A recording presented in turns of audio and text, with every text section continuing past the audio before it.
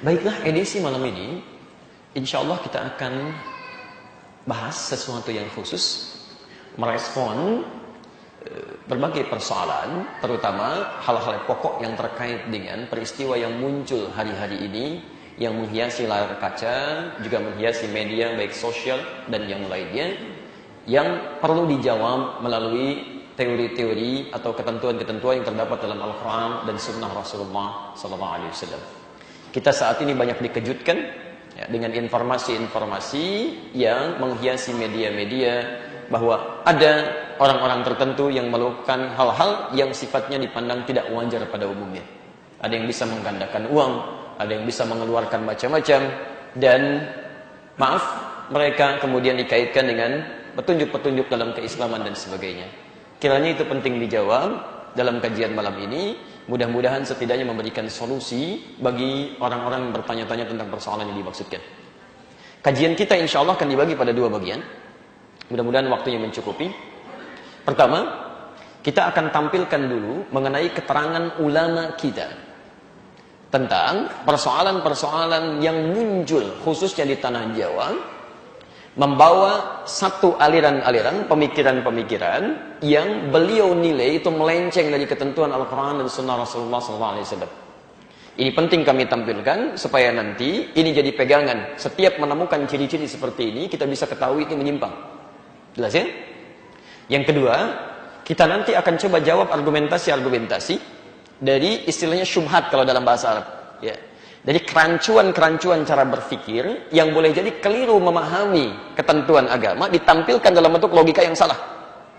Apakah benar ini karamah? Apa mukjizat? Bedanya mukjizat dengan karamah? Kenapa bisa seperti ini? Apa gambarannya? Apa bandingannya dengan surah-surah dalam Al-Quran yang dikomentari? Nah, kita coba jawab berdasarkan tafsiran-tafsiran yang memang itu benar dan dipertanggungjawabkan. Baik, yang pertama kita akan bersama salah satu kitab yang sangat baik, kitabnya sangat bagus, isinya sangat penting, dan yang menulis kitab ini itu bukan ulama luar, tapi ulama lokal, orang tua kita, seorang guru besar, masya Allah, dan bahkan bergelar pahlawan nasional. Ulama bukan hanya hafal Quran, tapi juga beliau ini memaknai, menguasai hadis-hadis Nabi SAW sampai mendapatkan ijazah atau sanad khusus terkait dengan hadis. Jadi kalau kami dulu belajar di Timur Tengah, itu yang khusus itu ada sanadnya Pak, Bu. Misal belajar hadis Al-Bukhari, terus dipelajarinya dari siapa, dari siapa, dari siapa, sampai sanadnya ketemu Imam Al-Bukhari, sampai hadisnya ketemu dengan Nabi. Ya, ada sanadnya terus sampai ke atas. Ya. Nah, ini beliau punya sanad. Ya. Dan kemudian mendirikan salah satu ormas di Indonesia yang beliau namai dengan Nahdlatul Ulama itu, yang didirikan tanggal 31 Januari 1926.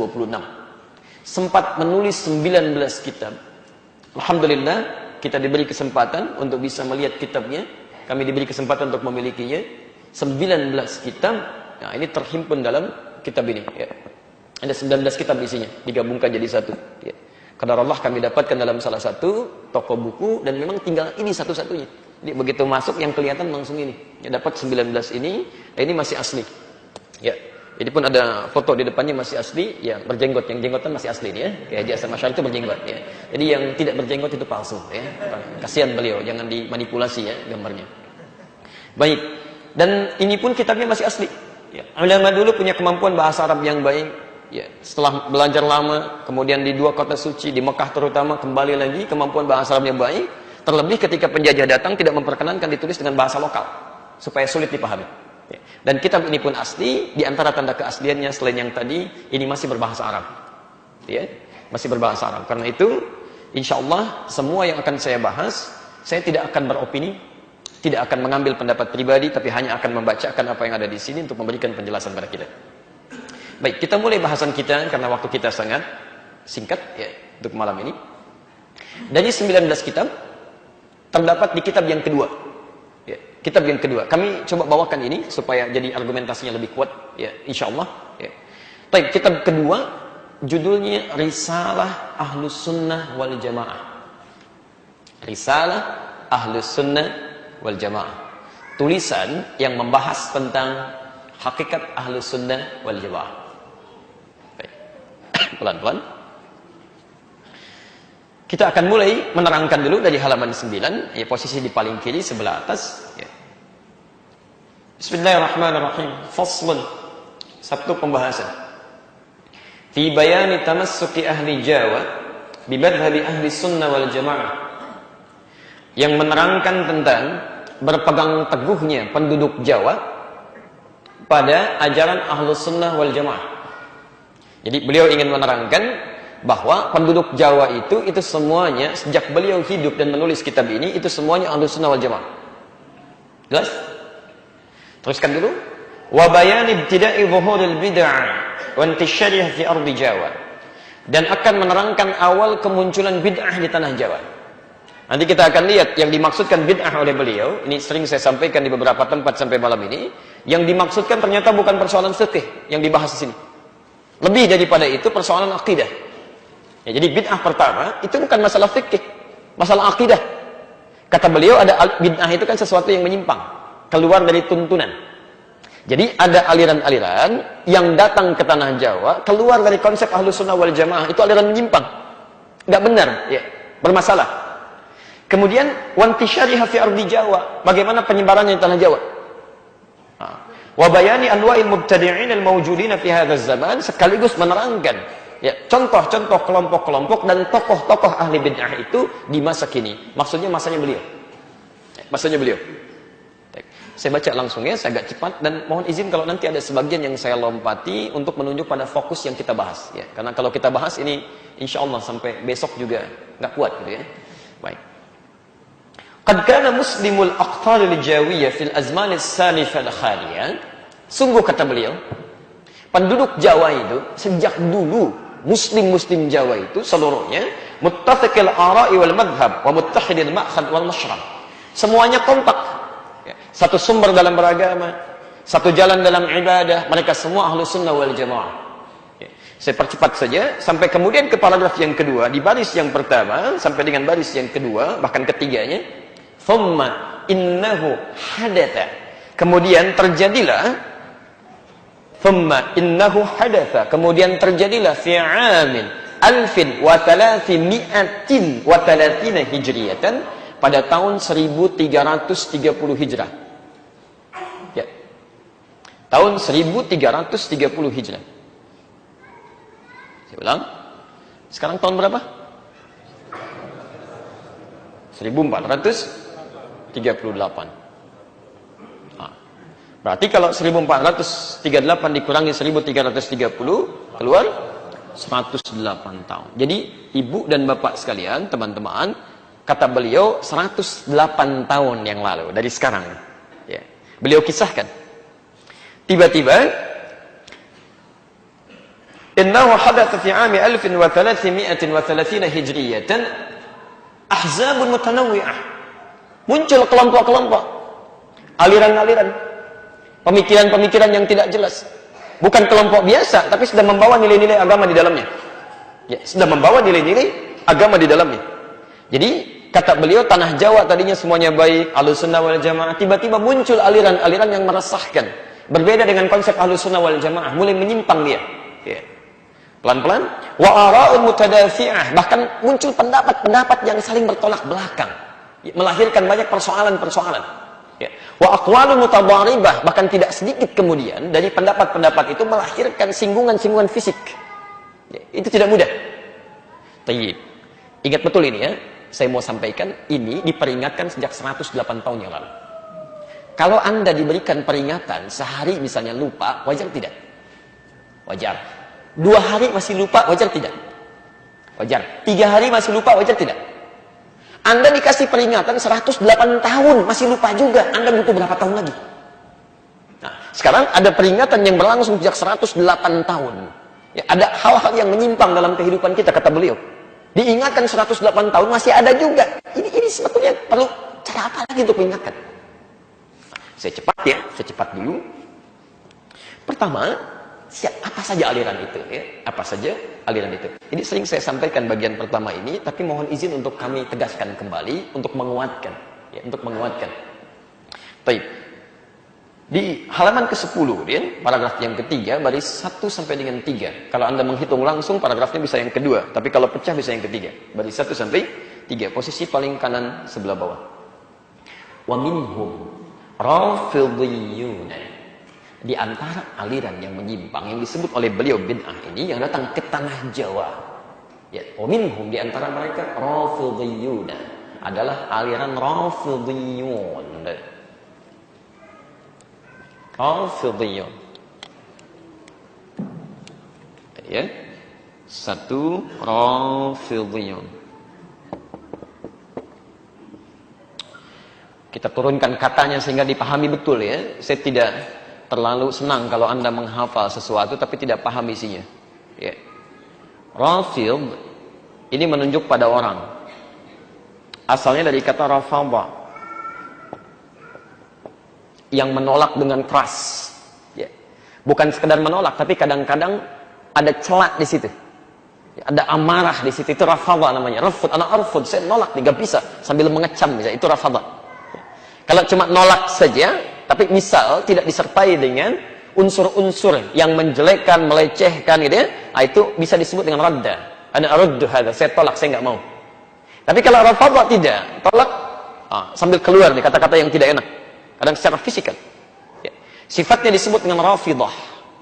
Rafidah. Orangnya disebut dengan rafidh. Rafidh. Kalau kemudian dijamakkan banyak, tidak hanya satu, maka dijamakkan tambah waw dan dengan dun di ujungnya. Jadi rafidhiyun. Ya. Orang-orang yang menolak keras. Ya.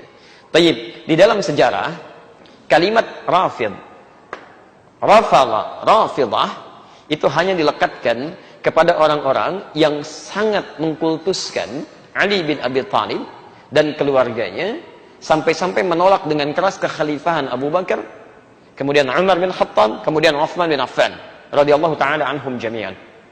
Orang yang membela sesuatu dengan kuat, dipertahankan dari yang lain, itu pembelaan kuatnya disebut dengan Syiah. Sifat penolakannya disebut dengan Rafadhah. Karena itu, dalam aliran teologis, Rafadhah itu sering juga disebut dengan Syiah. Syiah. Ya.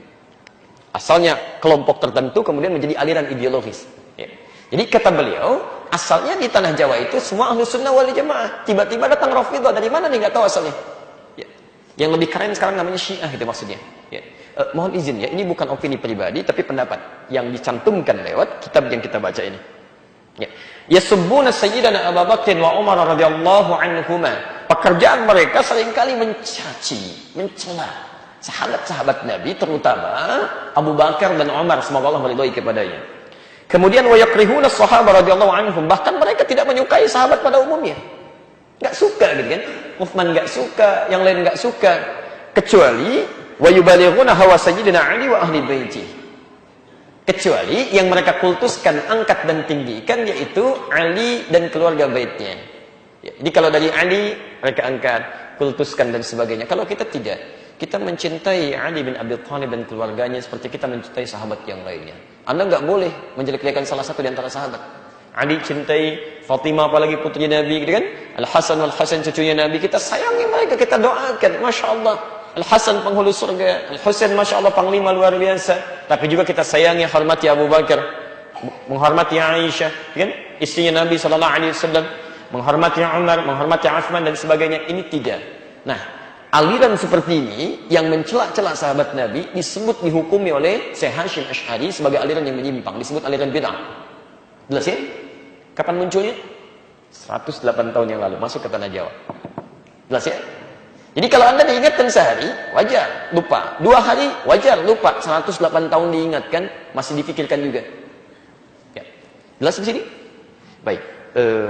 Karena beliau ahli hadis, itu tidak hanya menyebutkan tentang kepercayaan atau pendapat saja, tapi beliau munculkan dalil hadis Nabi untuk menguatkan argumentasi. Saya bacakan di antara hadisnya banyak sekali, salah satu saya bacakan ya. Ya. Kata beliau, halaman 11 ya. Baris ke-9. Halaman 11 baris ke-9. Wa qala sallallahu alaihi wasallam. Kata beliau, terkait persoalan ini, Nabi sallallahu alaihi wasallam pernah mengingatkan, la tasubbu ashabi Jangan sekali-kali kalian mencela sahabat saya. Jangan sekali-kali kalian mencela sahabat saya. Fa innahu yaji'u qaumun fi akhiriz zaman. Karena sungguh nanti akan muncul satu kelompok di akhir masa. Di akhir zaman akan tiba satu kaum. Ya, satu kelompok. Yasubbuna ashabi. Mereka senang sekali mencela sahabat-sahabat saya. Perhatikan. Lihat bagaimana tegasnya Nabi menyampaikan larangan ini. Fala tusallu alaihim wa la tusallu ma'ahum. Kalau mereka meninggal, jangan disolatkan. Kalau kamu hidup dengan mereka, jangan solat dengan mereka. Ya. Ini nggak ada pernyataan keras semacam ini. Nggak ada pernyataan keras, kecuali pada sesuatu yang sangat berbahaya. Anda tinggal dengan mereka. Kalau mereka nggak tobat, jangan solat dengan mereka. Termasuk jangan solatkan. Kalau nggak tobat dalam hidupnya, meninggal, jangan disolatkan, kata Nabi. Kemudian, wala tunakihuhum, jangan besanan dengan mereka. Jadi kalau diantara mereka punya anak, Anda punya anak, misalnya, itu jangan, tak boleh dinikahkan. Kata Nabi jangan, dilarang oleh Nabi. Tidak mungkin Nabi mengatakan demikian kalau ada sesuatu di situ yang sangat diwaspadai. Harus ada yang penting di situ. Kemudian wala tujalisuhum, jangan sertai mereka. Jangan duduk dengan mereka. Kalau seminar nggak usah diikuti, bukunya nggak usah dibaca, tayangan nggak usah dilihat, supaya tahu bahwa itu menyimpang. Dengan itu dia kembali. Jelas ya? Awas, hati-hati. Di sini nggak ada istilah Islam mencela. Awas, awas. Penting juga akhlak ditampilkan. Yang diminta oleh Nabi, jangan duduk mereka, jangan sertai mereka, kemudian jangan nikahi, jangan sholat dengan mereka, jangan disolatkan, tapi nggak ada perintah celah mereka, celakai mereka, serang mereka, itu nggak ada. Sepanjang tidak melahirkan hal-hal yang sifatnya menyerang umat Islam dan sebagainya, nggak boleh direspon dengan yang buruk. Kalau Anda mau mendoakan boleh. Jelas ya? Baik. Kemudian, wa in maradu fala ta'uduhum, bahkan kalau sakit nggak usah ditengok. Masya Allah, kalau belum tobat gak usah ditengok, kata Nabi. Ya.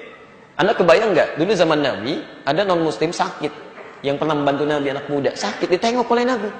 Saat ditengok sampai mengucapkan kalimat syahadat, masuk Islam. Ini orang kemudian, Masya Allah, datang dengan aliran menyimpang, sakit gak usah ditengok. Non Muslim sakit masih dijenguk. Ini sakit, kata Nabi, kalau nggak tobat jangan ditengok.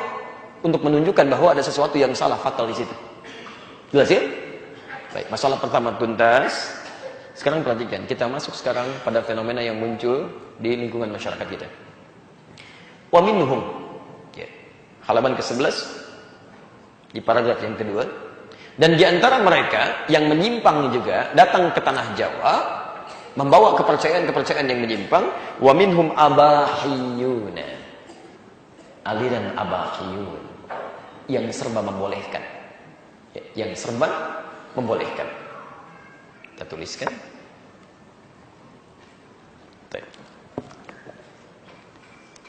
Sudah. Aliran abahiyun yang serba membolehkan.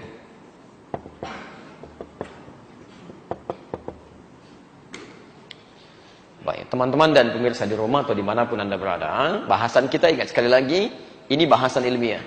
Dengan dalil-dalil dan kajian-kajian yang matang, dengan argumentasi yang coba dikuatkan secara ilmiah. Jadi kalau ini nanti dipersoalkan, kita bisa berdiskusi secara ilmiah. Terus ya? Tidak boleh kita menjelekan, mencelak dan sebagainya, tapi hanya menghadirkan nuansa ilmiah. Jadi dalam bingkai ilmiah, kalau nanti dipersoalkan, kita diskusikan dengan argumentasi yang baik. Ya. Baik, yang kedua, ini ada yang disebut dengan aliran abahiyun, yang serba membolehkan. Ya. Siapa mereka? Kita baca dulu ya. Wah, ini paragraf pertamanya cukup bagus ini. Yaquluna, mereka membawa satu keyakinan, satu ajaran, mengatakan innal 'abda idza balagha ghayatal mahabbah, sungguh seorang hamba itu kalau sudah mencapai puncak kecintaan dengan Allah Subhanahu wa taala. Jadi orang ini awalnya ibadah sampai dekat dengan Allah, sampai hadir kecintaan, semakin dekat rasanya gitu ya. Ada yang berzikir, ada yang baca macam-macam, ada yang ibadah salat, sampai dia merasakan kenikmatan saking merasa dekat dengan Allah Subhanahu wa taala, seakan-akan sangat dekat. Ya. Sampai-sampai wasafa qalbuhu minal ghaflah, sampai merasa hatinya sudah bersih nih. Ya, dari kelalaian, bersih dia, nyambung dengan Allah, tenang dia, maksudnya ingat. Baik. Wa ikhtara al-iman 'ala al-kufri wal kufran. Kemudian dia memutuskan untuk beriman, mengesampingkan kekufuran. Maksudnya orang ini orang beriman, latihan ibadah sampai merasa dekat dengan Allah Subhanahu wa taala. Coba, Allahu Akbar. Saking terlampau tingginya, ini konslet. Baik ya. Ini bahaya ini. Saqata anhu al-amru wan nahyu. Dia sampai menyimpulkan, kalau sudah saya semakin dekat dengan Allah, saking dekatnya saya sudah dicintai Allah. Kalau sudah dicintai, tidak berlaku lagi perintah dan larangan bagi saya. Konslet. Tidak berlaku perintah dan larangan untuk saya. Baik, Allah perintahkan sholat. Wa aqimus sholat. Itu buat Anda yang belum dekat, masih latihan. Kalau saya sudah dekat. Jadi jangan kaget nanti. Kalau ada orang yang Masya Allah gitu kan, pakai jubah, macam-macam, gelarnya macam-macam. Sekarang kan banyak ya. Saya agak bingung nih, sekarang ini antara kiai dengan dukun, itu bedanya tipis banget dari segi penampilan. Ya, ada yang pakai jubah, jubahnya kadang-kadang panjang. Ada yang lebih besar dibandingkan Batman, macam-macam lah pokoknya itu. Ya, ada yang panggilannya kiai, aki, apalagi itu. Ada kanjeng, ada segala rupa gitu ya. Nah, itu kalau masuk pada kategori seperti ini, dia misal, mohon maaf, tidak kelihatannya ibadah, tapi seperti orang alim, itu menyimpang. Itu menyimpang. Allahu Akbar, Allahu Akbar. Pak Kiai, kok Pak Kiai nggak sholat? Kan sudah azan. Ade masih latihan. Kalau Pak Kiai, jasadnya di sini, tapi rohnya sedang bersama Allah. Wah, Nabi aja masih sholat. Nabi, Rasul, manusia paling takwa di muka bumi, paling dekat dengan Allah. Sholat sunnah sampai bengkak-bengkak kakinya. Pak Kiai siapa? Ya surga belum jelas gitu kan. Anda bukan Nabi, bukan Rasul. Ya Allah, tidak ibadah, itu menyimpang. Jadi Anda kalau diajak latihan-latihan apapun di awal-awalnya ya, kemudian dihadirkan suasana kedekatan tertentu tapi ujung-ujungnya nggak sholat, itu aliran menyimpang. Saya teruskan dulu, belum selesai. Nanti Anda akan menemukan kalimat yang sangat unik nih. Ya. Bahkan dia menyimpulkan wala yudkhiluhullahu an-nara birtikabil kabair. Bahkan kalaupun saya mengerjakan dosa yang dianggap besar, Allah nggak akan masukkan saya ke neraka. Saya akan dekat dengan Allah. Ya. Meninggalkan sholat itu dosa besar. Nggak Jumatan, salahnya fatal. Orang ini nggak sholat nggak apa-apa katanya. Udah dekat dengan Allah kak. Apa ibadah dia? Nah, saya bacakan cepat. Wa ba'dhum yaqul, bahkan di antara mereka menegaskan bahwa, lihat kalimatnya, innahu tasqatu anhu al-ibadatu adh-dhahirah. Bagi kami yang zahir-zahir kayak gini udah enggak berlaku, itu masih latihan. Ibadah kami itu, lihat kalimatnya, wa takunu ibadatuhu tafakkur wa tahsinul akhlaqil batinah. Yang penting bagi kami itu, lihat, tahsinul akhlaqil batinah, tafakkur, kontemplasi, merenung, tapa, terus memperbaiki perilaku agar tidak menyimpang. Yang penting tidak mencela orang. Yang penting tidak mencelakai orang. Ya, nggak sholat nggak apa-apa. Tahsinul akhlaqil batinah, yang penting batinnya itu baik, tenang. Maka dikenallah kemudian, karena batin yang jadi aspek utama, maka dikenal dengan aliran kebatinan. Yang lain-lain sudah lewat. Ya. Jadi kalau ada aliran seperti itu misalnya, itu kebanyakan alirannya, bikin konflik. Ya, ini sholat sudah enggak, ya, udah macam-macam sudah tidak. Dia merasa sudah latihan. Ya, orang puasa 30 hari Ramadan, dia 40 hari. Pergi ke hutan sana kan, begitu pulang-pulang bawa keris. Masya Allah, macam-macam lah. Ya. Nah, tapi pada sisi yang tidak tepat, sholat sudah nggak dilakukan lagi, ibadah yang lain sudah nggak ada. Yang penting kita itu baik, tidak mencela orang, hati kita bagus. Ada yang seperti itu? 108 tahun yang lalu itu ada, dan disebut menyimpang. Jelas ya? Saya bacakan fatwa ulama di sini. Fatwa ulama. Qala Sayyid Muhammad fi syarh al-Ihya. Berkata Sayyid Muhammad dalam syarah al-Ihya. Lihat kalimat ini, fatwa yang disampaikan oleh beliau. Wa hadza kufrun wa zindiqah wa dhalalah. Perbuatan semacam ini kufur, zindiqah, satu hal yang sangat fatal, menyimpang, keras, wa dhalalah, dan ini dhalalah, sesat. Jelas ya? Jadi jangan bangga kalau ketemu orang-orang yang kemudian mengatakan, "Oh, saya sudah puasa sekian puluh hari, saya sudah begini, saya sudah begini." Ente enggak sholat, sama aja kufur. Ya, itu menyesatkan. Jelas di sini? Baik. Teruskan sebentar ya. Ini lebih tinggi lagi, ya, lebih tinggi lagi ilmunya dibandingkan yang tadi. Ya. Jadi konon ada ilmu, ada ngilmu katanya. Ya. Kita lihat. Ya.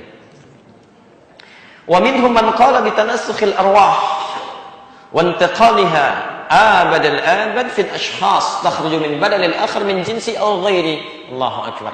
Di antara mereka ada aliran-aliran yang kemudian punya pandangan bahwa roh itu bisa pindah-pindah, datang bersemayam dalam jasad, dalam bentuk datang kepada jasad-jasad kita, atau dia dalam bentuk yang lain tapi datang. Sekarang bapak sedang datang ke sini, Pak, kita dengar suaranya ya. Datang bersuara misalkan, mirip-mirip suaranya itu, mirip-mirip. Ya, dia pikir rohnya pindah, padahal bukan, mungkin jin yang diambil. Jin yang dulu menemani bapaknya dia panggil, minta bantuan, dan sebagian minta kata Quran kepada jin, dia panggil, rohnya nggak pindah-pindah sebetulnya. Selesai. Ya. Saya kasihan ya hari-hari ini. Jin itu banyak kena fitnah. Hari-hari ini tuh.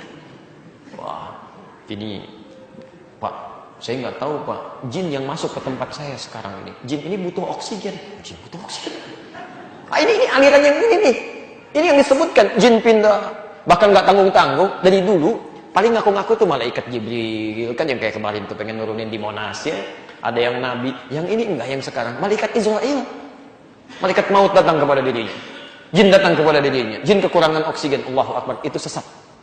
Sesat. Ya, ada jin kemarin yang baru kena gas air mata. Tangkap, coba isi dengan uang. Nggak bisa Pak, jinnya lagi nggak ada. Kemana? Kena gas air mata kan tadi katanya. Allahu Akbar, kasihan itu jinnya. 2 menit lagi sebentar ya. Nah, ini menyimpang. Saya tutup dulu sebentar. Wa za'ama haula'i anna ta'dhibaha wa tan'imaha bihiha bihasabi zakaiha wa khawtiha. Dan mereka beranggapan bahwa nikmat tidaknya hidup mereka itu tergantung keadaan jin yang masuk pada dirinya. Ini bisa bermasalah ini. Ini bisa kecanduan gitu ya.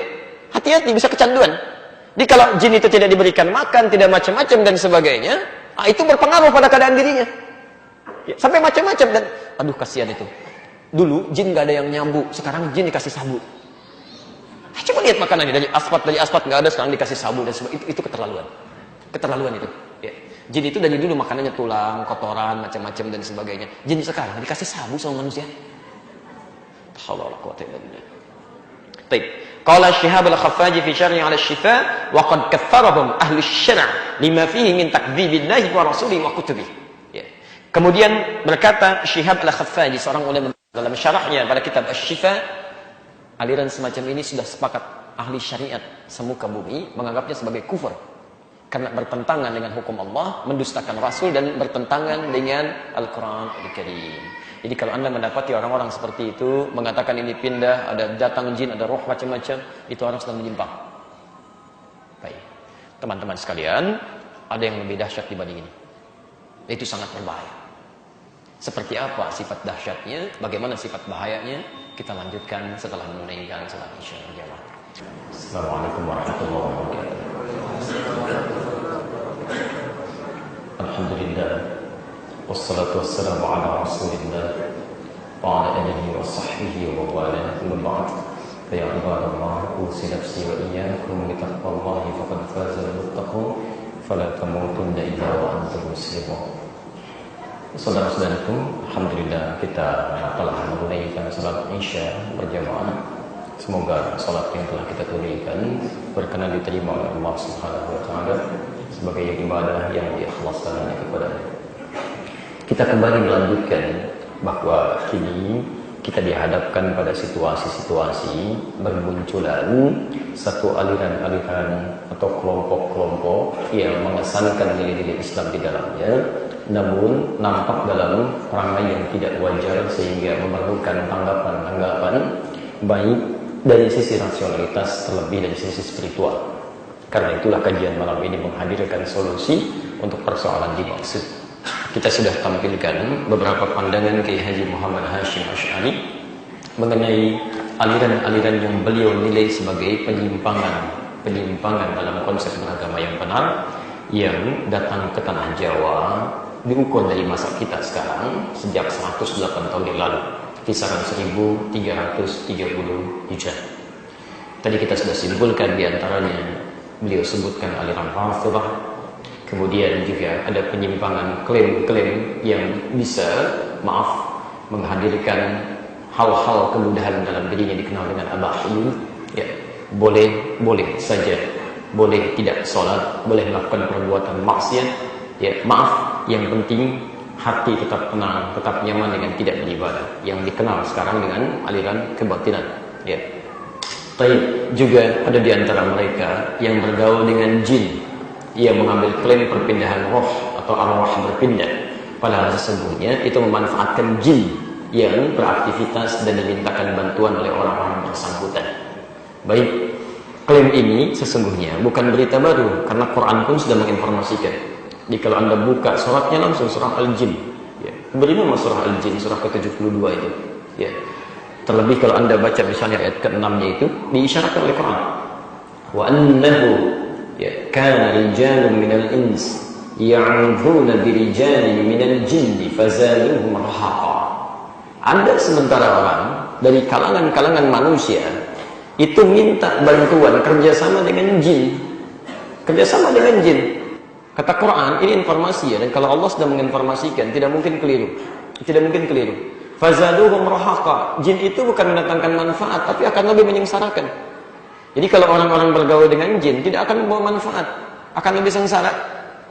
Karena itu dalam Quran, kehidupan kita manusia itu langsung diparadokskan dengan dunia jin. Digambarkan bahwa kita berbeda. Jadi nggak usah saling mengurusi masing-masing, biarkan saja. Ya. Saya beri contoh misalnya. Kita manusia di Quran disebut salah satunya dengan ins. Terulang 18 kali dalam Quran. Disandingkan dengan kata jin. Ketika disebutkan ins, jinnya muncul. Ya ma'syarul jinni wal ins. Wa ma khalaqtul jinna wal ins. Ketika insnya dijamakkan, jinnya ikut jamak. Ins jamaknya nas. Ya, terulang 241 kali dalam Al-Quran. Jin jamaknya jinnah, minal jinnati wan nas, selalu ada. Dan itu maknanya sudah berlawanan. Jin secara bahasa artinya sesuatu yang tersembunyi. Di fitrah kehidupannya memang sembunyi, bukan nampak. Jadi kalau ada jin melakukan penampakan, itu jin nggak ada kerjaan. Ya. Itu jin keluar dari fitrahnya, sedang punya masalah itu. Ya. Yang lebih fatal kalau ada manusia cari-cari penampakan jin. Itu yang masalah itu. Ya. Itu persoalan serius ya. Jadi kalau Anda menemukan orang-orang semacam itu dengan penampilan-penampilan misalnya, maaf, terkesan agamis, itu orang bermasalah. Ya. Jelas di sini ya. Yang kedua, jin itu punya arti sesuatu yang kasar gitu. Nggak lembut dia, nggak harmonik. Ya. Makanya jangankan melakukan penampakan, nggak ada aja Anda sudah nggak tenang kan? Ya. Saya tidak pernah orang mendapati misalnya sedang masuk jin dan sebagainya tiba-tiba jadi sopan. Ada orang kemasukan jin datang ke sini, Assalamualaikum Ustaz, mohon izin ikut pengajian. Nggak ada. Pasti mulutnya mengaco, tindakannya mengaco, benar kemasukan. Ya. Jelas ya? Manusia berbeda. Manusia ins, nampak. Jin tersembunyi, ins tampak, kelihatan. Makanya sejak dia terlahir sudah nampak. Belum pernah dengar saya ada ibu melahirkan anaknya, nggak kelihatan. Nangis, anaknya nggak ada. Itu mustahil itu. Pasti ada, nampak, kelihatan. Karena itu dalam hidupnya dia akan terbawa sampai dengan wafatnya akan nampak kelihatan. Ya. Sebaliknya, kalau jin melakukan penampakan itu jin bermasalah. Kalau manusia senang sembunyi-sembunyi, dia pun punya masalah. Pulang ke rumah, ini ada pintu depan, masuk lewat jendela sembunyi-sembunyi. Itu orang punya masalah. Ke masjid orang tenang aja sesuatu, dia sembunyi-sembunyi di pojok, kayak begitu ya. Berbaris, tolong rapatkan barisannya, sudah berapat, geser lagi, orang bermasalah itu. Jelas ya? Termasuk maaf, ins dari kata unusa, anis, anas, lembut,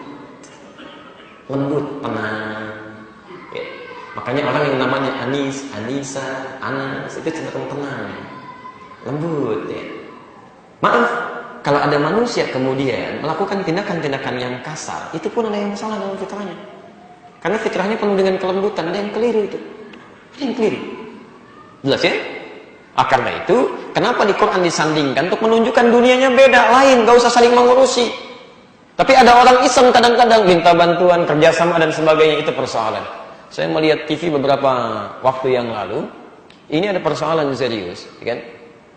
Membawa nama agama, kemudian melakukan tindakan-tindakan yang tidak wajar. Nanti kita jawab sebentar lagi ya, logika-logika yang dimunculkan. Ada menggandakan barang, menghadirkan macam-macam dan sebagainya. Yang paling unik tuh begini, didatangkan seorang ulama dengan pakaiannya yang cukup baik, terlihat bagus, dengan penguasaan Qurannya, sudah bagus benar untuk mengomentari itu, tapi di sampingnya diundang juga dukun yang lain. Ya, pakai jas, lengkap macam-macam, dan dukun tuh jenggotan juga. Masya Allah. Dukun jenggotan, masa antum yang bukan dukun? Masalah. Ya, kalau nggak punya jenggot nggak apa-apa. Kalau sunnah berjenggot tuh kalau berjenggot dirapikan, dirawat. Ingat jangan salah baca hadis ya. Ya, jangan salah baca. Hadis-hadis tentang jenggot itu merawat jika punya jenggot, bukan menumbuhkan. Jadi kalau misalnya nggak punya jenggot, nggak usah maksa, nggak apa-apa. Itu fitrahnya, ada kebaikan. Beli obat sini, beli arang, kosok-kosok pakai timun, nggak usah. nggak usah. Jadi begitu tumbuh, rawat dengan baik, itu sunnahnya. Ya. Nah ini yang repot ini diundang yang satu ulama, satu dukun. Sudah jelas diarahkan ke ayat Quran. Diminta pendapat yang satu lagi, panggilannya ki lagi kan? Coba lihat, oh ini saya perhatikan, ini nggak benar, ini penipuan karena tidak ada energi terpancar dalam dirinya. Energi dari mana? Jadi yang jadi masalah gini, akhirnya masyarakat menyimpulkan, oh berarti kalau yang sana palsu, kalau dukun yang ini asli. Jadi lah minta pendapat ke situ, itu yang salah itu. Jelas ya? Ini jangan sampai mengkantar sesuatu yang mungkar dengan kemungkaran yang baru, itu keliru. Ya. Awas hati-hati ya, hati-hati. Jadi dari dulu yang kerjasama dengan jin itu sudah ada. Jadi yang sekarang tuh ketinggalan, jauh ketinggalan. Bukan cuma kesiangan, kepagian, kemalaman, ke macam-macam itu, ketinggalan semuanya. Ya. Yang jadi masalah tuh ada aja yang ikut tuh. Ya, kalau orangnya sih dari dulu juga udah ada, tapi pengikutnya, kenapa saban hari saban pagi banyak sekali? Ada yang keliru tuh. Ya. Kan sering katakan dari dulu di kita ini, menurut penelitian sementara, ada satu penyakit yang susah hilang. Cepat kaget, gampang kagum. Kaget, kagum, ikut ke situ kan. Masya Allah. Ada mall baru, kagum, datang ke situ. Numpang kagum aja, belanja enggak? Pulang, aliran baru muncul. Coba cek, setiap ada kepercayaan, aliran baru, selalu ada pengikutnya. Kita itu. Ya. Saya dengan teman-teman dari sini, kita silaturahim ke MUI Jawa Barat. Apa yang terjadi? Di Jawa Barat katanya hampir tiap bulan ada nabi baru, Pak. Tiap bulan. Nggak tahu yang sekarang. Kemarin katanya di Karawang nabi barunya itu. Ini sudah ada nih. Saya bacakan ya. Agak cepat terakhir karena kita mau mengkantor pemikiran yang tidak tepat ya dengan argumentasi yang cukup logis. Tayyib wa kadzalika man idda'a nubuwwata ahadin ma'a nabiyyina sallallahu alaihi wasallam aw ba'da. Dia yang bahaya. Aw man idda'a nubuwwah li nafsihi. Ya. Begitu pula sesat, kata beliau. Sesat. Ada sementara orang yang mengaku-ngaku nabi. Awas, ngaku nabi. Ini pengakuan nabi ini bukan cuma sekarang 108 tahun yang lalu sudah ada, dihukumi sesat. Ya. Jadi kalau 108 tahun sudah diingatkan, masih muncul juga, butuh berapa tahun lagi untuk diingatkan? Baik itu yang mengaku nabi sejak adanya Nabi Muhammad, misal Nabi Muhammad ada dulu mengaku nabi, atau kata beliau manidda'a nubuwwa li nafsihi, nabinya sudah meninggal, setelah itu dia mengaku saya nabi baru. Masya Allah, nggak ada nabi setelah Nabi Muhammad SAW. Oh tapi kan di Quran ada memang disebut Ahmad, namanya kan Ahmad. Oh maka muncul Ahmad aku nabi. Ada Mirza Ghulam Ahmad, ada Ahmad macam-macam, ada Ahmad macam-macam. Masya Allah. Oh ini berbahaya ya. Jadi kalau Anda menemukan orang-orang mengaku-ngaku seperti itu, sudah selesai, tinggalkan. Jadi kita buat frame-nya, siapapun namanya. Ya. Saya pernah dapat informasi dari catatan Bakor Pakem, Kementerian Agama. Saya kira ini yang terakhir, gitu kan? Kan sering saya sampaikan tentang ini, perbatasan Jawa dengan Sunda itu. Ya, agamanya juga baru, disebut Jasun, Jawa Sunda. Nabinya Tugimin namanya. Agak jauh gitu dari Ahmad ini. Ya, ngaku nabi gitu. Baik, saya kira selesai, dibimbing, selesai macam-macam, ternyata muncul lagi. Nah, itu sesat. Ya, kita doakan mudah-mudahan dapat hidayah dan kembali pada kebaikan. Nah, ini yang jadi persoalan. Atau ada orang juga tidak mengklaim nabi, tidak mengklaim wali, bukan. Tidak mengklaim guru-guru, bukan.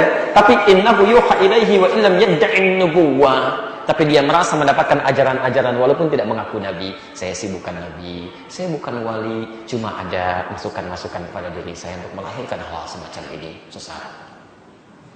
Nah sih, itu bermasalah. Baik, nah Bapak dan Ibu sekalian, itulah diantara informasi-informasi yang beliau hadirkan. Sebetulnya masih banyak lagi ya. Tapi mungkin terkait fenomena-fenomena sekarang. Kalau Anda dapati kemudian, apapun bentuknya, kemasannya dan sebagainya, itu tetap menyimpang. Jauhi. Hindarkan, tinggalkan. Apalagi sekarang bulan Al-Muharram, bulan menanggalkan segala hal yang tidak dibenarkan oleh agama. Yang jadi masalah Ustaz, kalau yang bicara orang-orang awam yang tak tahu hukum, kami mudah meninggalkannya. Tukang sayur, maaf pada teman-teman tukang sayur ya, ini cuma mengambil contoh saja, jadi bukan merendahkan kalangan tertentu, tidak ya. Misal, tukang sayur ngaku nabi, itu gampang meninggalkannya.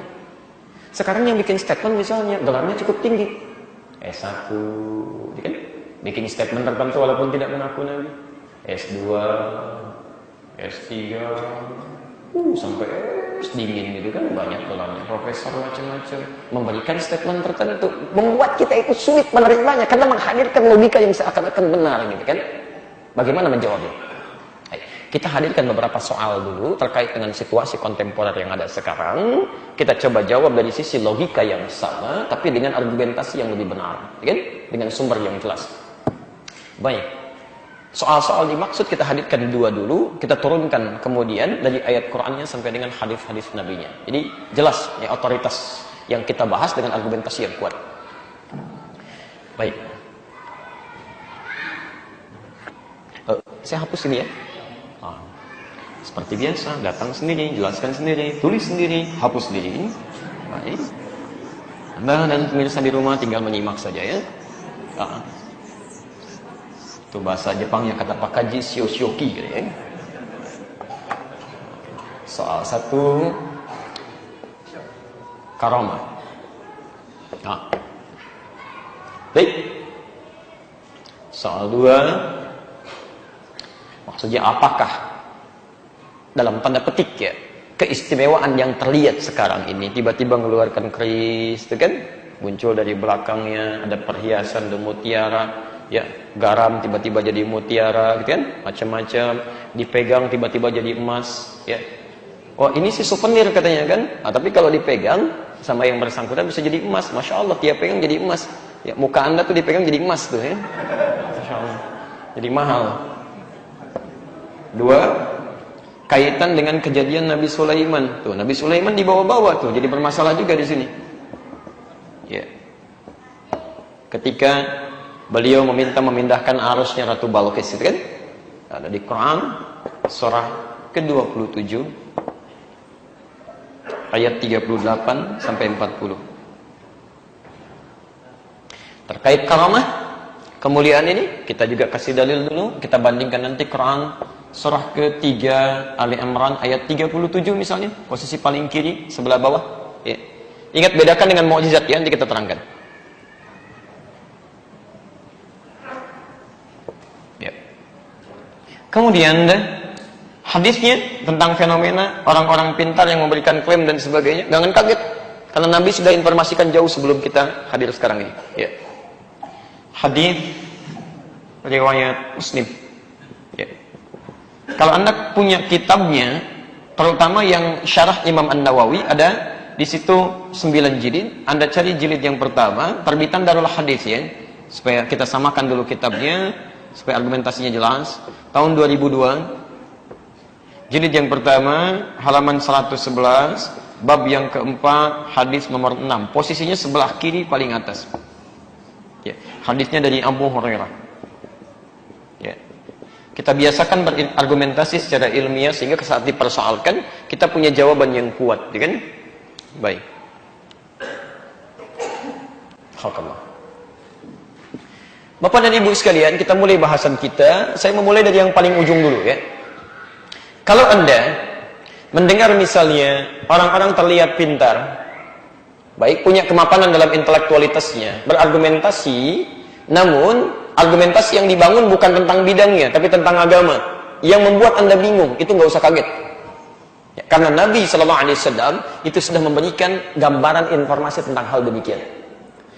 Di antaranya terdapat dalam Sahih Muslim, seperti telah kita tampilkan, di jilid yang pertama, halaman 111, bab yang keempat, hadis nomor ke-6. Jika Anda punya kitabnya, Syarah An-Nawawi, terbitan Darul Hadis, cetakan tahun 2002. Baik. Lihat kalimatnya, saya bacakan langsung hadisnya.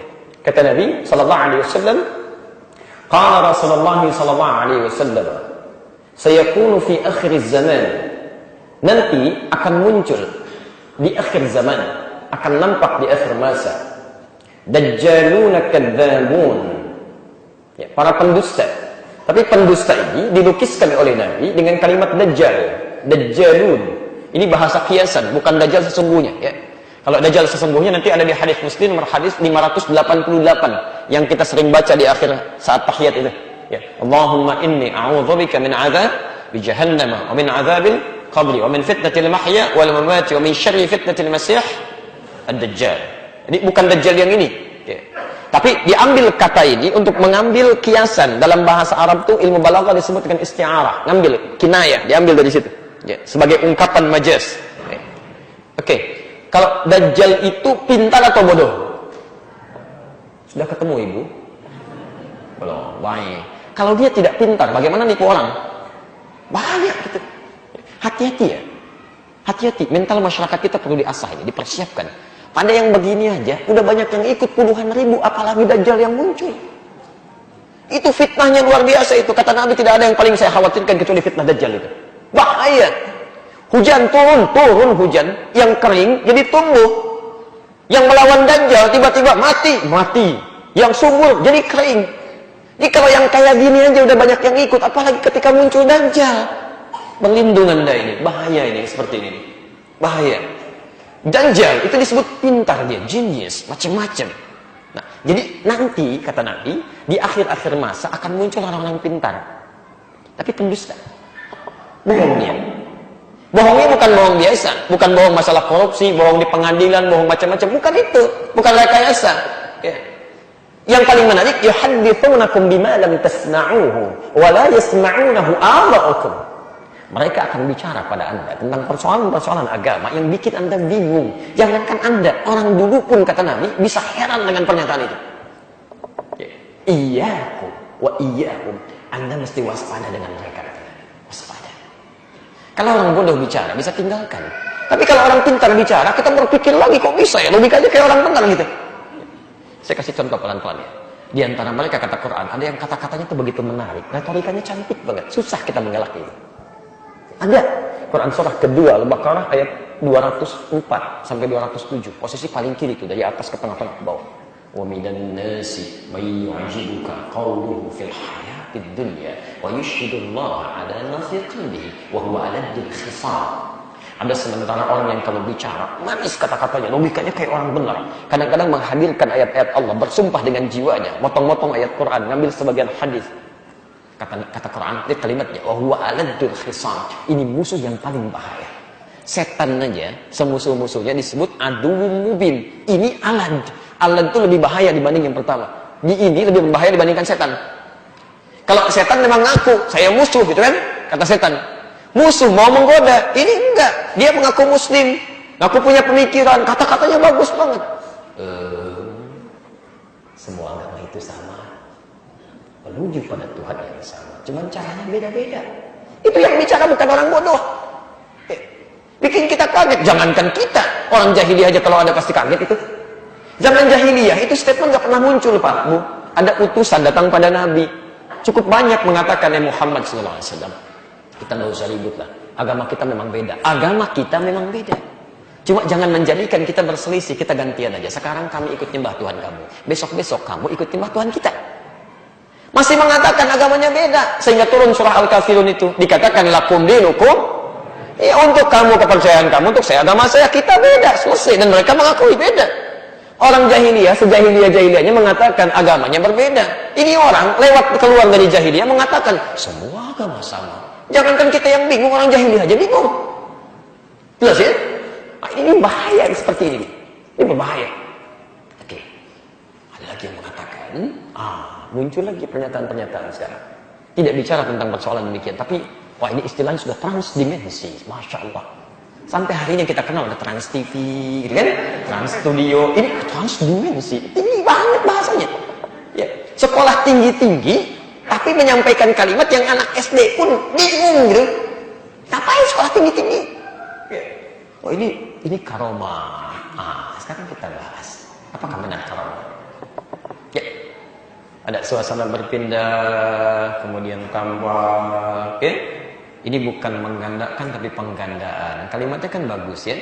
Baik, kita lihat dengan argumentasi yang dibangun. Sekarang kita tidak boleh menyudutkan orang tertentu, tidak. Kalau ada salah, kita koreksi dengan benar, kemudian kita doakan supaya mendapatkan hidayah. Jangan mencela. Mencela menandakan hatinya kotor. Sekarang kita tarik argumentasi beliau atau orang-orang terkait demikian, kita jawab. Pertama mengatakan ini karomah. Kalau Allah berkehendak, itu bisa terjadi. Bu, Pak, gak usah bicara demikian. Semuanya kalau Allah berkehendak, semuanya terjadi. Hujan kalau Allah berkehendak, hujan. Kalau enggak. Jangankan itu, Dajjal aja kalau Allah berkehendak, itu bisa melakukan apapun. Tolong berlogika itu yang nyambung. Kalau yang umum-umum, kalau Allah berkehendak semuanya terjadi. Oh betul. Ibu ketika lahir jadi perempuan karena kehendak Allah. Kalau Allah mau sekarang jadi laki-laki terjadi, Bu. Ya, ini logikanya rapuh tuh yang seperti itu. Ya, awas. Anda jangan cepat mengambil sesuatu dengan logika yang rapuh itu. Itu bahaya. Nanti dalam ilmu mantik ya ada pembahasan itu. Ya, kan saya sering contohkan salah satunya ya. Ada orang sekarang membangun opini, Masya Allah, lebih baik pemimpin misalnya, ya, yang non-muslim tapi jujur dibandingkan orang Islam yang korupsi.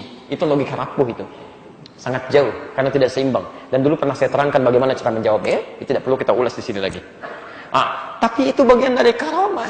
Orangnya sholat, tawadhu, rendah hati, dan sebagainya. Kita jawab, apa itu karamah? Teman-teman sekalian, ada mukjizat, ada karamah, itu berbeda. Baik. Mu'jizat dari kata a'jaza, yu'jizu, i'jaz, mu'jizat. Sesuatu yang harus ditampakkan.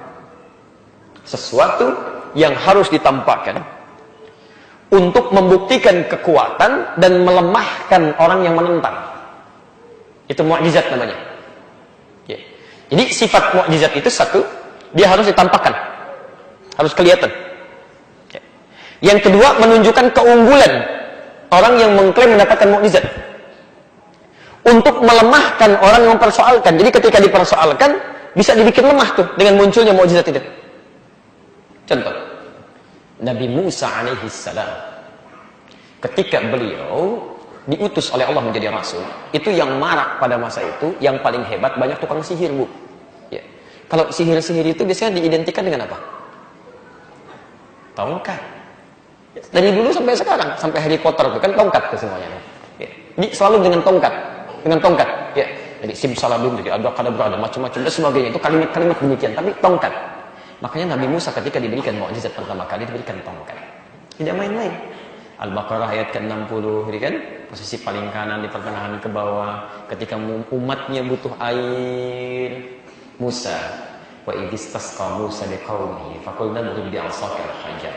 Ketika Musa bermohon pada Allah, ya Allah, umatku butuh air. Ada 12 kaum di situ. Musa, pukulkan tongkatmu yang kayu itu ke batu. Asa itu tongkat kayu. Bisa nggak Anda bayangkan? Kayu dengan batu keras mana? Batu. Tongkat Musa yang kayu dipukulkan tuh ke batu, keluar 12 mata air. Masya Allah. Tongkat Anda yang emas pukulin ke batu tuh, keluar 12 air mata. Itu batu pecah, keluar 12 mata air tuh. Dilempar, jadi ular tukang sihir banyak dimakan, habis semua. Jadi mereka takluk, selesai. Nabi Isa ketika diutus, mukjizat dikasih oleh Allah. Apa mukjizatnya? Karena dulu yang muncul itu kedokteran yang sangat handal, hebat, bisa menyelesaikan banyak persoalan penyakit, kecuali dua. Yang satu penyakit kulit, kolera, yang kedua itu kematian. Gak ada obatnya. Nabi Isa diutus melahirkan mukjizat yang tadi disebutkan. Kalau diusap sama Nabi Isa, sembuh penyakit. Mengusap dalam bahasa Arab disebut dengan masaha. Yang punya kemampuan mengusap disebut al-masih. Makanya gelarnya al-masih. Yang mukjizat yang mengusap persoalan selesai. Ya, sakit kulit, usap, selesai. Nabi Isa sakit gigi, usap, selesai. Ya Nabi Isa mata nggak bisa lihat, usap, selesai. Pokoknya dokter bangkrut lah pada saat itu. Ya, usap, selesai. Ya, jadi orang-orang yang merasa hebat dengan ketinggiannya selesai karena nampak semua. Termasuk kalau Anda bisa coba hidupkan yang mati dengan izin Allah Subhanahu wa taala. Biidznillah bangun. Setelah bangun bicara mati lagi. Selesai. Nabi Isa. Jadi bedanya pertama mukjizat mesti tampak. Karamah tidak. Karamah adalah kemuliaan yang Allah berikan pada seorang hamba yang taat. Kemudian yang Allah berikan pada seorang hamba yang taat sebagai anugerah atas ketaatan dan kedekatannya. Jadi begitu dia taat, dekat, diberikan Allah kemuliaan supaya dia bertambah yakin dengan Allah. Ya, yakin, dekat. Pelan-pelan. Dengan sifat yang tidak boleh kemudian ditampilkan. Ini sifat karamah ini nggak bisa ditampilkan, dipublikasikan, tidak. Beda dengan mukjizat. Kalau mukjizat harus ditampakkan, karamah tidak. Jadi pemilik karamah itu akan diam-diam aja. Diam. Nggak ada show istilahnya. Ya. Datang. Kamera siap? Mana kameranya? Spidol. Kan? Masya Allah. Di belakang. Dompet. Ya, Masya Allah. Macam-macam. Itu nggak bisa begitu. Nggak bisa kalau orang itu dia tiba-tiba ada kedekatan, kebaikan. Dan nggak boleh diiklankan. Nggak nampak gitu. Begitu diiklankan, dia keluar. Muncul riaknya, muncul. Itu bukan orang dekatnya, bukan taat lagi itu. Jadi kalau sudah kelihatan, tampak dia dipublikasikan, bahkan sekarang misalnya, kalau bisa beri kesempatan kepada guru kami untuk membuktikannya. Orang-orang nggak akan bicara begitu. Nggak akan bicara. Jadi akan diam-diam aja. Nanti setelah meninggal baru kelihatan. Kisahnya dipublikasikan. Kebaikannya nampak. Banyak orang seperti itu. Saya tunjukkan ya. Dari yang Quran sampai ke sahabat Nabi. Quran surah ketiga Ali Imran ayat 37. Posisi paling kiri sebelah bawah. Oke. Ingat, syarat karamah itu kan satu, bukan Nabi, bukan Rasul kan? Orang biasa tapi taat dengan Allah. Kita hadirkan di Quran. Ini sampai dimunculkan di Quran. Orang biasa, bukan Nabi, bukan Rasul. Perempuan, namanya Maryam. Maryam. Ya. Ibu, dulu kan sudah ada masukannya. Kalau sedang mengandung, ingin lahir anaknya cantik dan taat, baca surat. Sebetulnya bukan dibaca asalnya. Kalimatnya utlu itu pelajari. Bagaimana orang tuanya mempersiapkannya, merawatnya. Jadi begitu dilahirkan, rawat sesuai dengan pelajaran itu, bukan cuma dibaca. Salah paham itu. Salah paham. Kalau cuma dibaca begitu lahir, sampai kiamat kurang 2 hari nggak akan jadi itu. Ya, siapkan pelajari. Nah, saat Anda pelajari tentang kisah Maryam di surah Ali Imran mulanya dari ayat ke-35-nya sebelum beliau lahir, itu orang tuanya menyiapkan. Siapkan oleh ibunya, siapkan oleh bapaknya, begitu lahir dipermohonkan perlindungan kepada Allah ayat 36-nya, diberi nama dengan Maryam. Kemudian setelah itu dicari perawat yang terbaik, pamannya Nabi Zakaria. Jadi kalau Anda ingin anaknya baik, cari guru yang baik yang mengajarkan, yang dekat dengan Allah, dibuatkan mihrab, carikan sekolah yang mendekatkan dia dengan Allah. Nih ibu nih malam-malam bapak berdoa, ya Allah jadikan anak saya anak yang soleh ya Allah, anak yang soleh ya Allah, anak yang soleh ya Allah, rajin sholat, bisa menghafal Quran, tapi disekolahkan di tempat yang tidak mengajarkan sholat, kan? Di tempat yang tidak mengajarkan Quran, bagaimana bisa tercapai semuanya itu? Ya Allah saya sudah berusaha ya Allah, sampai saya kasih nama anaknya soleh, nggak bisa juga, kalau nggak dirawat nggak bisa. Maka apa yang terjadi ketika semua dilakukan, anak ini tumbuh dekat dengan Allah. Lihat kalimatnya. Fataqabbalaha rabbuha biqabulin hasan wa anbataha nabatan hasanan. Maka kami yang merawat dia. Kami perhatikan pertumbuhannya, semuanya. Ya, nanti kalau waktunya ada lagi di kesempatan yang lain, bahkan kita bahas yang lebih dahsyat dibandingkan dengan Maryam. Orang biasa di surat Al-Kahf nanti. Al-Kahf dirawat oleh Allah walaupun bapak ibunya sudah nggak ada. Kalau Maryam bapak ibunya masih ada. Ini bapak ibunya sudah nggak ada. Yatim lagi, yatim tapi oleh Allah dirawat sampai dimunculkan harta dari tembok yang hampir runtuh. Nanti satu saat kita bahas ya. Baik.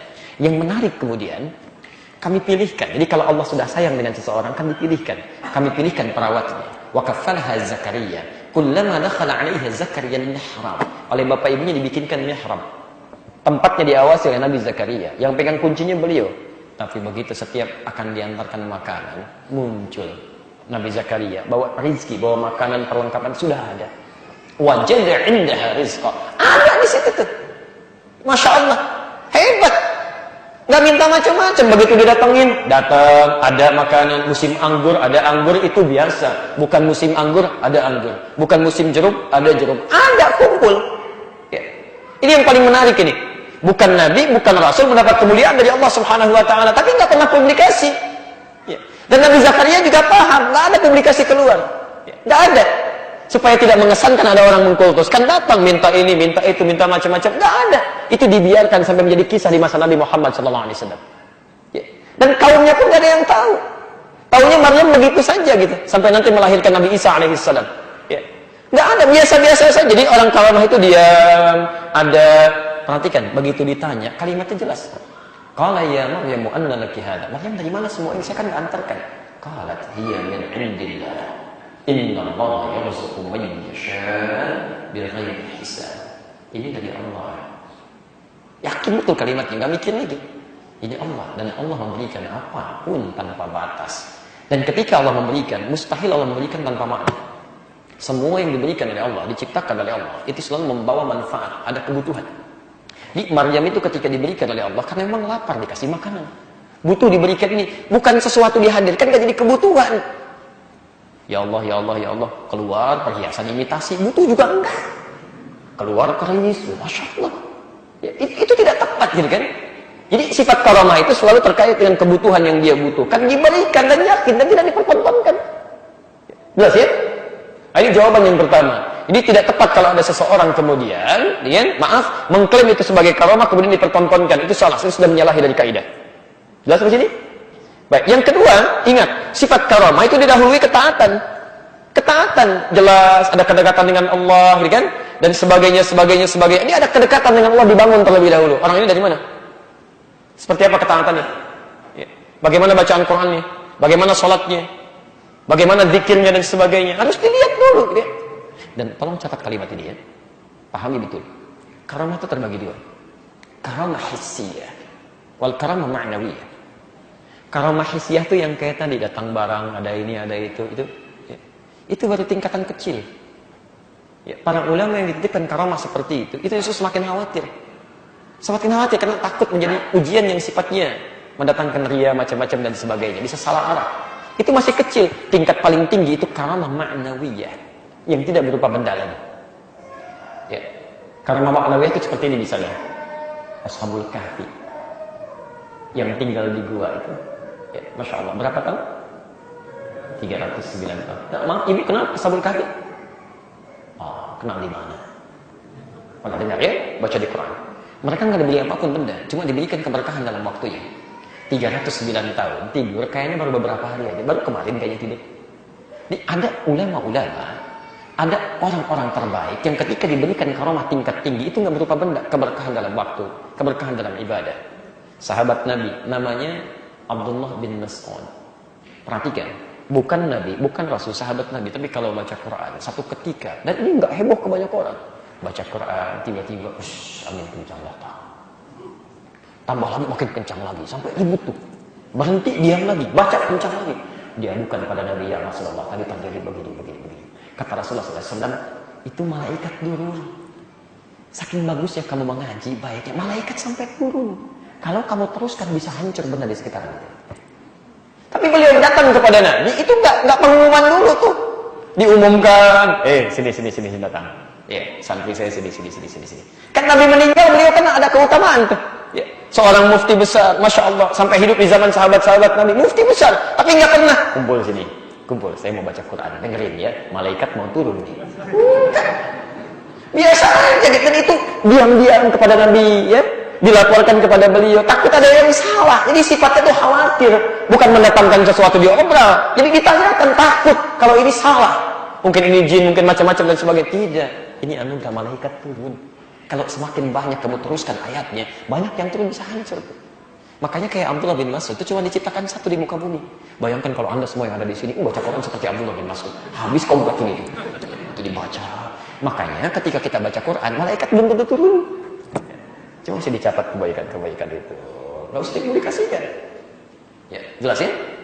Baik. Ini nggak usah kaget kalau dapat anugerah macam-macam. Kami saat tinggal di Mekah dulu, itu Masya Allah. Nggak sedikit Pak Bu. Tiba-tiba orang tawaf, gitu kan? Ya, ada yang teman-teman itu sudah nggak punya, macam-macam lah. Ya, uang sudah nggak ada, sudah habis, jalan ke lampau jauh, tawaf, mohon sama Allah. Ya Allah mohon. Ketika putar, ada yang genggam tangannya, begitu sudah selesai keluar 2 real, 4 real. Ada yang begitu gitu. Tapi nggak pernah publikasi. 20 real lumayan, foto ceklik, tawaf sekali mendapatkan 20 real. Sudah aneh gitu seperti itu. Nggak usah inilah, nggak usah heboh gitu kan. Itu satu, jelas di sini ya. Baik. Nabi Sulaiman. Maka Nabi Sulaiman di bawah-bawah sudah nggak ada kan yang dihadirkan. Ini persoalan juga gitu. Baik. Di surah An-Naml, surah ke-27, ayat 38 sampai 40. Al-Quran pasti. Kita buka ada di Quran, surah ke-27, ayat 38 sampai dengan 40. Masih lihat Qurannya yang dibaca terjemahannya, bukan Qurannya. Yuk kita tanyakan pada orang yang sudah menghafalkan Qurannya, ulama-ulama kita yang paham tafsirnya, paham maknanya, tidak pernah mengomentari seperti Anda. Orang hafal Quran, paham hadis, paham tafsirnya, Masya Allah bahkan dekat dengan Nabi, kayaknya ke surganya itu tinggal selangkah aja, Masya Allah, nggak pernah ada tafsir seperti itu. Anda nggak hafal Quran, nggak tahu Quran, ya kan? Bukan otoritasnya, tiba-tiba berbicara sesuatu yang bisa menyimpang. Kita jawab dulu pelan-pelan. Setelah itu baru kita simpulkan. Dari ayat 38 ada kisah yang sering disitir. Singkatnya saja, singkatnya. Ya, ketika Ratu Bilqis ingin datang berkunjung ke tempatnya Nabi Sulaiman atas undangan yang pernah beliau sampaikan, innahu min Sulaiman innahu bismillahirrahmanirrahim, kan? Kemudian sebelum tiba, Nabi Sulaiman menyampaikan kepada jagoan-jagoan yang ada dari kalangan makhluk, pembesar-pembesarnya disebut dengan mala, ya ayyuhal mala ayyukum ya'tini bi'arsyiha qabla an ya'tuni bismillah. Hei, yang hebat-hebat. Ini yang gak hebat gak dipanggil, yang hebatnya aja tuh. Yang hebat-hebat. Siapa yang bisa mendatangkan arasnya ke sini? Singgasananya, hadirkan ke sini sebelum mereka tiba di sini. Ayat 39-nya qala ifritun minal jinn. Ada ifrit dari kalangan jin. Ifrit itu jin yang paling hebat tuh. Jin yang paling hebat. Masya Allah. Hati-hati ya, kalau sudah masuk pada kategori ifrit tuh udah jin yang luar biasa. Apa dia katakan? Saya akan hadirkan itu qabla an taquma min maqamik.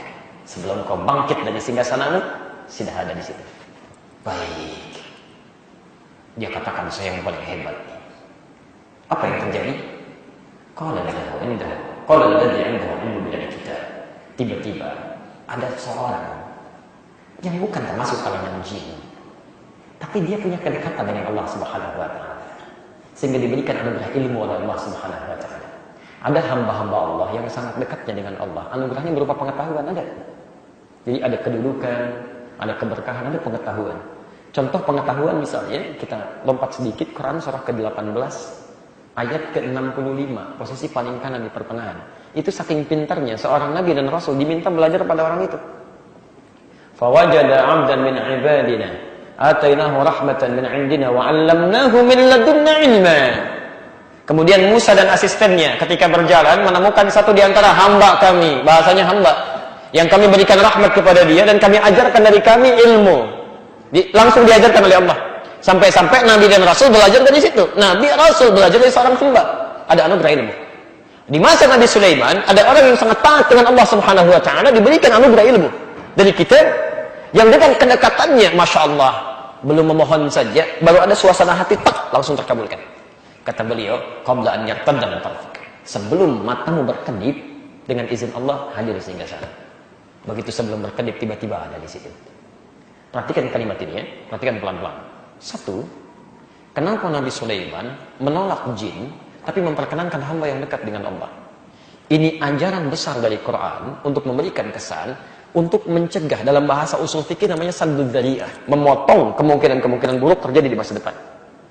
Untuk mencegah kemungkinan terbuka di masa yang akan datang, seseorang minta bantuan kepada jin yang seharusnya bisa dia bangun langsung dengan Allah Subhanahu wa taala. Kalau Anda jadi orang soleh, Anda bisa lebih hebat dibandingkan jin. Jin itu nunggu bangkit dulu baru ada. Anda dekat dengan Allah sebelum bangkit, ada kebaikan itu bisa didapatkan. Kalau Nabi Sulaiman kemudian izinkan, ya udah ifrit aja yang pindahkan. Besok-besok ada orang minta bantuan jin. Kok kamu minta bantuan jin? Oh, jangankan saya, Nabi Sulaiman aja pernah minta bantuan. Kalimat itu akan muncul. Makanya ketika Nabi Muhammad datang, dilarang kita minta bantuan sama jin, gak boleh. Kita sama Allah. Ya, langsung mohon. Orang minta bantuan sama jin itu orang bermasalah. Jelas ya? Nah, ini bagian pertama.